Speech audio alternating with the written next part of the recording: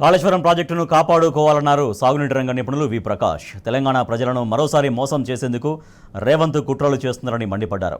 కేసీఆర్ ముందు చూపుతో కాళేశ్వరం ప్రాజెక్టు నిర్మించి వేల ఎకరాలకు సాగునీటిని అందిస్తే దానిపై కాంగ్రెస్ సర్కార్ కుట్రలు చేస్తోందని ఫైర్ అయ్యారు. అసలు రేవంత్ రెడ్డికి మేడిగడ్డ బ్యారాజ్ను రిపేర్ చేసే ఉద్దేశమే లేదని ఆయన ఆగ్రహం వ్యక్తం చేశారు.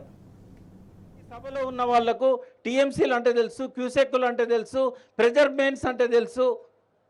ఈ అవగాహన రాలేదు కాబట్టే రేవంత్ రెడ్డి అబద్ధాలు ఆడి మళ్ళొక్కసారి నమ్మించాలని చూస్తున్నాడు. ఆయన ఆడుతున్న అబద్ధాలలో ఒకటి శ్రీహరి గారు చెప్పారు, అప్పటికిప్పటికీ కాస్ట్ పెరగడానికి మెటీరియల్ కాస్ట్ పెరుగుతుందని చెప్పారు. అది 100% వాస్తవం. దాంతోపాటు ఇంకా 2 అంశాలు. ఒకటి భూసేకరణ. మన తెలంగాణ వచ్చినప్పుడు 1,50,000 2 లక్షలకు ఎకరా భూమి ఎక్కడైనా వచ్చేది. కానీ కాళేశ్వరం ప్రాజెక్టు 2016లో మనం డిపిఆర్ సబ్మిట్ చేసే నాటికే ధరలు బాగా పెరిగిపోయినాయి. మనం 6 లక్షలు అందులో చూపెట్టాం. కానీ అది 12 లక్షల నుంచి 20 లక్షలు ఇయ్యంది. ఎకరం భూమి ఇవ్వడానికి ఎవరు సిద్ధపడట్లేదు కాబట్టి కాస్ట్ పెరిగింది అనేది ఒకటి.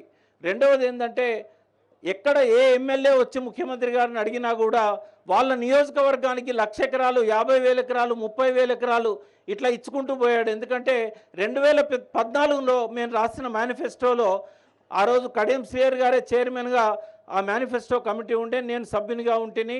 అన్న మీకు గుర్తుండాలి, ప్రతి నియోజకవర్గానికి 1,00,000 ఎకరాలకు నీళ్ళు ఇస్తామని చెప్పి మేము రాశాం. కాబట్టి ఈ కాళేశ్వరంలో ఆయకట్టు పెరిగింది, స్టెబిలైజేషన్ పెరిగింది, వాటికి అయిన ఖర్చు ఒకవేళ గనక కాంగ్రెస్ ప్రభుత్వమే వచ్చుంటే ఇవాళ కాళేశ్వరం ఖర్చు 3 లక్షల కోట్లు అయ్యేది. నిలువు దోపిడీ చేసి ఉండేవాళ్ళు. కేసీఆర్ గారు ప్రతి దగ్గర కూడా పొదుపు చేస్తూ వచ్చాడు. ఎండిపోయిన గోదావరిని రిజర్వాయర్గా మార్చాడు. ఎందుకు పెరిగింది ఖర్చు అనేది చెప్పడానికి ఇప్పుడు వారు అన్నారు 80,000 కోట్ల నుంచి అడ్మినిస్ట్రేటివ్ శాంక్షను 1,27,000 కోట్లకు ఎందుకు ఇవ్వాల్సి వచ్చింది అంటే మరొక టీఎంసీ నీళ్లను మనం కాళేశ్వరం నుంచి తీసుకోవాలనుకున్నాం.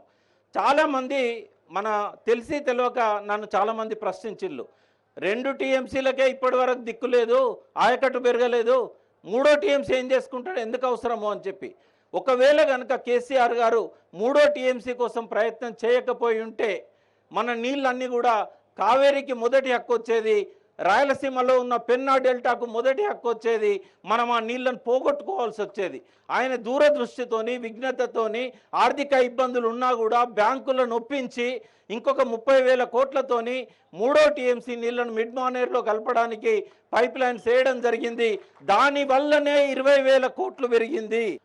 ఈ ప్రభుత్వం వచ్చిన 80 రోజులు దాటినా కూడా మేడిగడ్డ బ్యారేజ్ దగ్గర అక్టోబర్ 21 నాడు ఏదైతే ఉందో ఇవాల్టికి కూడా అదే ఉంది. మీరు కూడా చూశారు విలేకరులంతా, పియర్స్ దగ్గర తట్టేడు మన్ను తీయలేదు.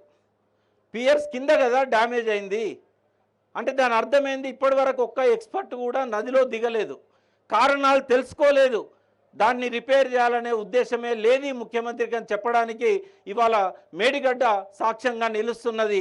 మేము ఇక్కడ వచ్చినాక మాకు పూర్తిగా అర్థమైంది, ఈ రేవంత్ రెడ్డి అనే ముఖ్యమంత్రి ఎన్నడూ నీళ్ల కోసం తనలాడినోడు కాదు, ప్రజల కోసం ఆలోచించినోడు కాదు, అమరవీరులకు పిడికెడు పూలు తల్లి నివాళులు అర్పించినోడు కాదు, జై తెలంగాణ అన్నోడు కాదు, జై తెలంగాణ అన్న వాళ్ళ మీద రైఫిల్ ఎక్కువ పెట్టినవాడు.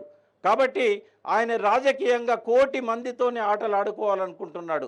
ఇవాళ 20 జిల్లాలకు కాళేశ్వరం దిక్కు అయితే మొత్తం కాళేశ్వరంకు మేడిగడ్డ దిక్కు. ఆ మేడిగడ్డ బ్యారేజ్ కనుక కొట్టుకుపోయినట్టయితే 20 జిల్లాలల్లో 1,00,00,000 మందికి దాహార్తి కానీ సాగునీటి అవసరాలు కానీ తీరవు. చరిత్ర ఎప్పటికీ కూడా ఈ సీఎంను కానీ ఇప్పుడున్న ప్రభుత్వాన్ని